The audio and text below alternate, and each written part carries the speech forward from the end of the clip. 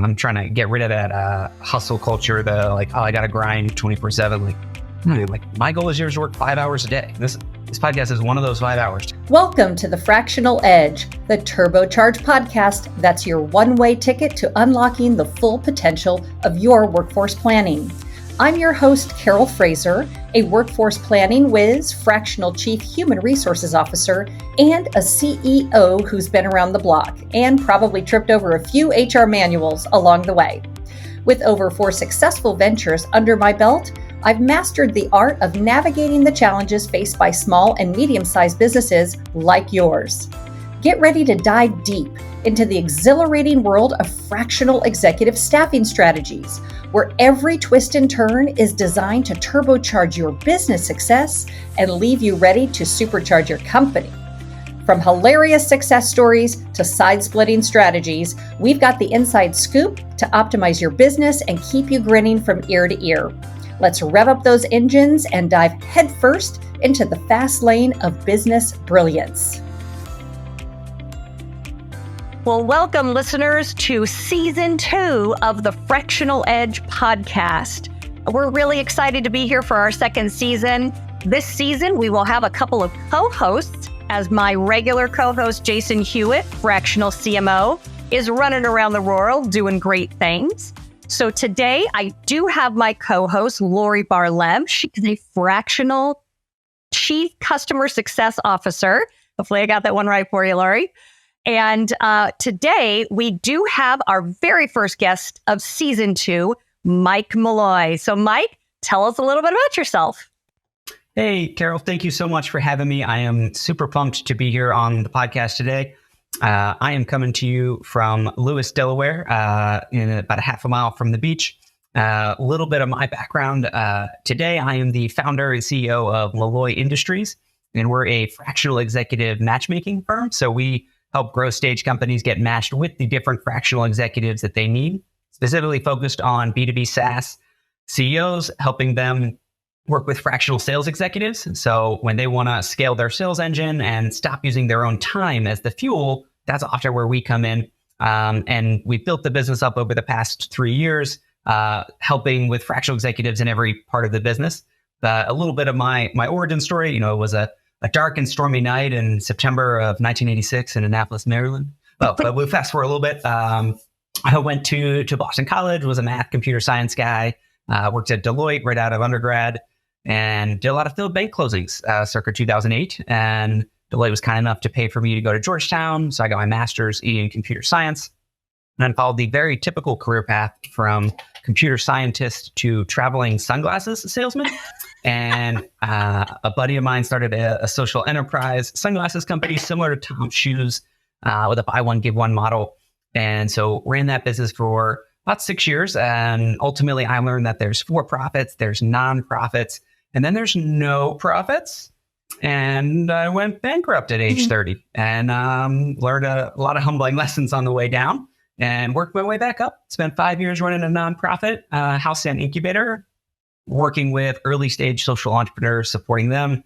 Around that time, I started teaching at Georgetown. So I'm an adjunct professor and entrepreneur resident, basically helping entrepreneurs. Like that's my tribe. And I love making connections up and down the totem pole from CEO to, I send emails today. We're inviting 300 companies to our virtual career fair at the end of the month to help match them with students who want to take my startup internship seminar course so they can learn how to not suck as an intern. And I think we're going to dive into a lot of fun topics today. Super pumped to be here and, share my perspective on all things fractional executives as well. And I don't doubt that at any point where we have a breath, you're going to throw in a dad joke. You've got to tell our audience about your dad jokes. Oh, look, did you know that even if a bear was to wear socks and shoes, it would still have bare feet? I'll be here all day. Yeah. We do have an almost 2-year-old chief cuteness officer who hopefully will not make a cameo during this recording, but is working hard. Maybe sleeping on the job, but working hard. Oh, too funny. So, you think about Deloitte Consulting, right? Then you went off in entrepreneurship. Now you're an adjunct professor. How did all of that go into fractional matchmaking? Yeah, great question. And so there was a small global pandemic that your listeners may not have heard about 4 years ago. And so during COVID, my wife and I, we've been in the DC area for more than a decade. We moved to the beach in Delaware. So we moved to Rehoboth Beach, continued working from home, eventually migrated about 15 minutes up the road to Lewis here. And probably like April of 2021, Sam said, "Hey, Mike, time to come back to the office." And it was just like, "Hey, so I've actually been at the beach for 9 months. I didn't mention it, but I think it's probably a good time to start my own thing again." I will say quitting my job at 34 and married, very different than 25 and single to go sell sunglasses. And I had a whole, financial model and forecast and presentation for my wife. Hey, it's gonna be great, honey. And so it started as like, "Hey, Mike's here. I'm going to help with some sales and marketing, doing my own fractional executive work." And this was like the Great Resignation era. So I was like, "Why don't I get some of my buddies together? Maybe they want to do some of these projects too." And what was like 10 of us for maybe the first 6 months or so, we now have over 220 fractional executives in our roster. And so there's very clearly a supply there. And like, I am all in. I think we'll talk about your workforce planning. Like, this is the future of work. Like, if you have more than a decade of career experience, you have rare and valuable skills as career capital. Like, you don't have to go sit in a cube and do the same thing for 40 hours and make your TPS reports and be satisfied with that. And if you're smart and a knowledge worker, like, you probably need the novelty, the mental stimulation to like context switch and work on some different things and like add a ton of value, but don't deal with all the bureaucracy and, other things that may come in there. And so the other thing that I've been really good at for a long time is building my network and like knowing a very eclectic collection of people with rare skills and also different needs as they are growing startups. Like, I've been in the DC startup community for more than a decade. In my role at the House and Incubator, I connected a bunch of investors with all of our entrepreneurs. And so I know people who have much larger bank accounts than I do, that want to potentially fund growth stage companies. One of the things we do is have like Malloy's monthly deal flow, which is a newsletter that goes out to about 500 investors and super connectors with 5 deals that investors probably wouldn't see. And I don't guarantee, hey, someone's going to give you $1 million, but we'll get you 1 to 5 first meetings. Let's get you in the door and kind of help entrepreneurs on their way up. We've been doing that for over a year now. And I think feature about 96 companies, and it's been pretty cool to help them on their journeys. Hey, Mike, I was wondering, since you've been working with a lot of earlier stage B2B SaaS companies, what is the need for education in terms of fractional? What do you see as your hook to get them to be interested? Great question. And there definitely is a lot of education needed. And we might call it like educational marketing of like, what is a fractional executive? We have a blog post on that, and we have one that's like, what questions should they even ask in an interview? But I think part of what I do on the front end is just try to find a business problem. Like, what's a challenge that you as a CEO have that like, you don't know how to do it. Nobody in your current team knows how to do it. You're not even really sure where to look or ask, and it doesn't sound like a full-time job, or like you don't really have the 6-figure budget and salary to hire somebody and to tackle that head on. So I spent a lot of time just talking about like, well, if somebody could come into your business, let's say for 10 hours a week and focus specifically on sales or specifically on operations or HR, like, what are the things that they could help you with? Like, what problems are you dealing with and what are your dream outcomes? I love asking. One of my favorite questions is like, "Hey, Carol, if we're sitting down a year from now and we're celebrating your massive success, what are we going to be celebrating?" And letting people think about like, not what are your goals, what are your OKRs? Like, maybe they have them, maybe they don't. But like, hey, we're, having some drinks, like feeling real good about life. Like, what is it that is going to happen? And then you work backwards and you think, well, like, what has to be true such that we're decreasing the probability of that not happening? Increase upside potential, decrease downside risk. And like hiring somebody for $150,000, I had some downside risk there because if that person doesn't work out, but saying, hey, let's invest $10K a month for 3 months. Let's bring in this person. They sound really smart. They've got the playbook. They've solved this dozens of other times. Great. But then like, okay, so we kind of got through that objection, if you will, or like, how does this work?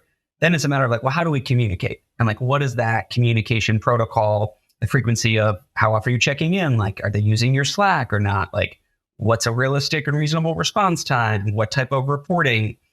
And what I stress to both sides of this kind of matchmaking service here is clear and transparent expectations up front. And as soon as something like doesn't meet expectations, like it's like the game Operation, like let a little sensor go up. Hey, you said you were going to send a weekly report Friday. I didn't get it. It's Monday at 10. Just wondering when I can expect it. And one of the things we say is like, as soon as something's going to change with the meeting, we got to reschedule it. Like, don't wait till 5 minutes before the meeting. Like, tell me yesterday when you realized your kid had a soccer game or something. So much of it is communication, and it's the inner personal rapport building. Like, do you guys vibe and have good energy? I think is really important. And then what are the actual deliverables? Because fractional executives are not Synergy consultants with their PowerPoint slides that will show you an up and to the right graph and a pie chart that is color coded and say, here, go do it. No, we're going to do the work, and we'll ideally teach you and your team how to fish along the way, because we're not trying to be around forever. We're not looking for, 10 years of monthly retainers. Hey, in 3, 6, maybe 12 months, can we transform this whole part of your business? And then maybe we help you recruit, hire, onboard, train the person who is full-time and takes this over now that they have, playbook to run with. That's really interesting. Yeah. I was going to ask, given what you had talked about, the consultant versus the fractional, and earlier stage, there is a need for executing as well as that strategy. And I'm wondering, how do you balance that both from an educational standpoint, but also from a sales standpoint and ultimate operations? Great question. In terms of kind of the strategy versus the execution, a lot of the work we do on the front end before we begin a project with somebody is understanding where they're at and what is their current strategy, what have they been trying that has or hasn't worked. One of my favorite questions is, we're talking about sales, hey, scale of 1 to 10, how satisfied are you with your overall sales processes right now? Someone goes 6. Well, what would make it a 10? And let's just very quickly, what does that dream state look like? So we kind of have a better sense there. We also build out pretty robust project briefs that we share with the future customer, and we share with the fractional executives, because typically future customer will have 3 that we're going to recommend them to. And so we want all 3 of them, when they go into those interviews, to know as much as they can about the company. What are they trying to achieve? What's the strategy? We don't talk a lot about the execution before the engagements get started, because often, hey, we're kicking things off, and I got a kickoff call scheduled tomorrow. We just had one last week. Let's look at all the things in the closet. The cobwebs, the skeletons. Hey, this is what we're doing. These are the gaps that we have. We use something called a sales scalability scorecard. Kind of looks at 6 different areas of your business model clarity, your sales processes and methodologies, your CRM, your performance metrics, your sales team and training, and your sales technology tools. And then we'll score you. We're going to have 3 questions in each of them that we'll walk through, okay, where is this on a scale of 1 to 5? And then we'll identify okay, what can we make meaningful impact in as quick as possible? Let's get into execution mode in that first month. We don't want to just be waxing poetically and looking at all these things. We are going to do some of that. We're going to interview, all of the C-level executives and maybe other people, involved in what we're doing, if it's a sales team or ops team, whatever it might be. And then we're going to come up with the recommendations, and you kind of talk through the do-it-yourself, done with you, or done for you. We always kind of come back to those 3 options, and we're happy to do any of the 3. And it's really gives some flexibility to the company, to the CEO, in terms of, how much budget do I have available? If I have an analyst for, $25, $50 an hour, it may be better for them to do the data cleanup that doesn't require a lot of cognitive thinking versus the architecture redesign of the whole thing. That might be, hey, let's get them in there. Or, hey, we just raised a bunch of money. We don't have anybody on the bus anywhere near this seat. So we would love for you to dive in. Let's, ramp it up from 10 hours a month or 10 hours a week to 20 hours a week for the next couple of months. And again, this is also one of the core benefits of fractional executives is that flexibility, is that you ramp it up, you ramp it down. Hey, it's supposed to be 8 hours a week. After month 1, you want to go down to 5, you want to go up to 16, we can go either direction. You let us know. And then also, I was reading a great book about kind of getting 1% better every day. And one of the things they said was, what if today when you went to work, you had to audition for your job tomorrow, and they wouldn't bring you back if you didn't do a great job? you'd probably show up and do a much better job than like, oh yeah, I got my 401k and they pay me a salary and let me check Instagram and do these other things.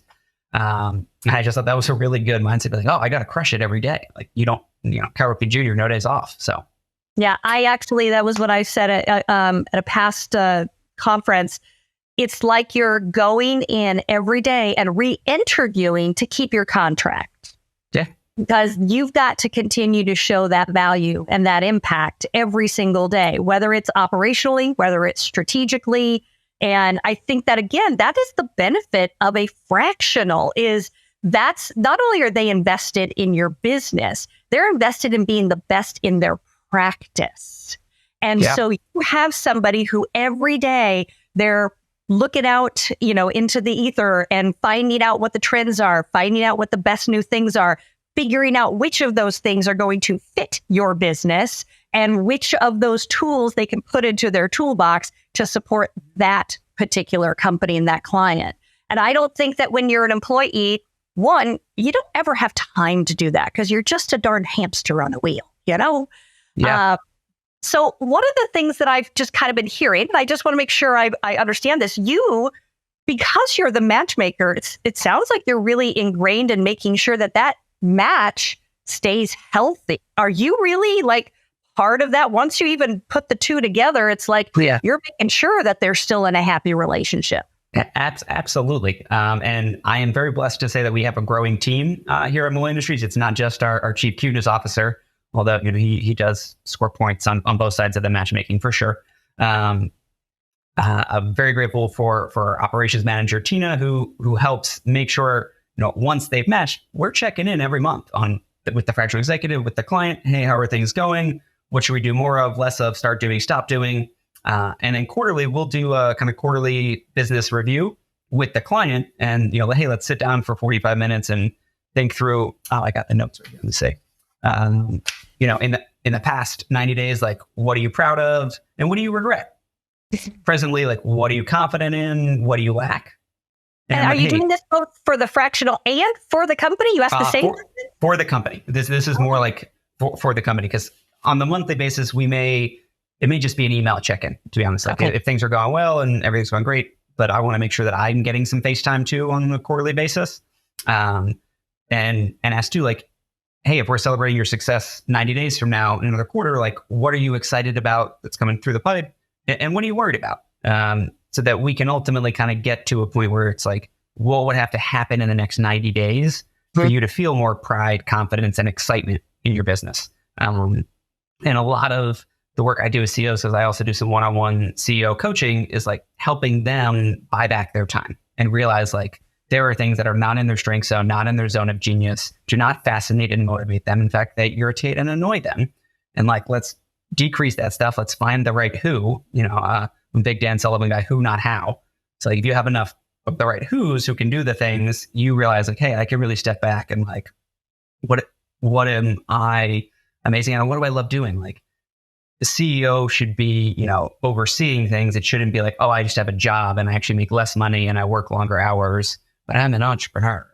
Like I'm trying to get rid of that hustle culture, the like, oh, I got to grind 24/7. Like, like my goal is yours to work 5 hours a day. This podcast is one of those 5 hours today. And I'm done and hang out with my son. Like I'm soaking in the dad stage of life before he starts preschool. And so.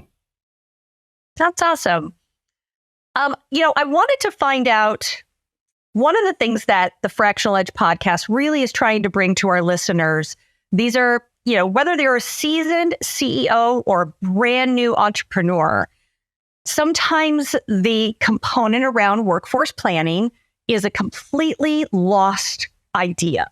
And all too often, organizations put things into operation but don't really completely understand how it lines up to their strategy and to their 1, 3, 5 year goals. And all too often, we get called in, you, your people, myself going, that didn't work out, go fix it. And this is where I get the platform to say, okay, CEOs and entrepreneurs, there's a thing called workforce planning, where as soon as you've got that top line going, do not put anything into play until we figure out how many people it takes to screw in a light bulb. and what skills each one of us Carol, let me have. let me ask real quick. Do you know how many therapists it takes to screw in a light bulb? No. Well, it takes one, but it takes a while, and the light bulb has to want to change. Very true. There you go. Sorry. As you were saying. That's right. So when I think about fractional executives, and what I'm trying to consistently teach these CEOs is you may not be able to afford the full team or that highest level in your job architecture because they are pretty penny, but that's where fractional executives come in. When you're talking to your CEOs and entrepreneurs and people who are interested in your matchmaking services, how is workforce planning kind of added into that, if at all? Definitely. And that I think it is really important. And there is also a level of educational marketing around this, just as like, what's a fractional executive? What's workforce planning? Question mark, and it's, thinking through like, what does your team look like today? And then a year from now, if things are going really well, what does the team look like? What are they full-time seats or butts in seats? Are they part-time butts in seats, and what if it's just going okay? And what if it's actually not going well? And so thinking through those different scenarios, and oftentimes this is tied to fundraising. Hey, if we go raise $10 million, I'm definitely going to hire all these people. Well, what if you get 5 million? Well, what if you get 1.2 million? What if you get no million and you just have to survive on your revenue? Like, how would you even sustain it? And 9 out of 10 companies don't get like a Scrooge McDuck diving into, the pool full of cash. Yeah, the money pile. And if you don't have that, like, okay, well, let's be thoughtful here. I'm a big fan of Mike Malloy has a book, Fix This Next. So he's got a whole pyramid of like what to fix next. And it starts with sales. Yeah. And then after you get the sales organized, then you get profit. Let's figure out profit. And then you get order. And then you can do kind of your legacy and what goes on from there. But it starts with sales. And that's also why as our business, we were for a long time, all fractional executives to all businesses and all industries at all stages and any. That was kind of hard to message. I did a bunch of eclectic projects, but there was no standardization. There was no productized service. Like our theme for our leader's intent, I should say, for 2024 is that we're building a productized service for B2B SaaS CEOs that makes them more money by matching them with the right fractional executives. And so we start at the sales. Once you have sales, then you could think about, okay, profit. Profit is important. Positive monthly cash flow is important.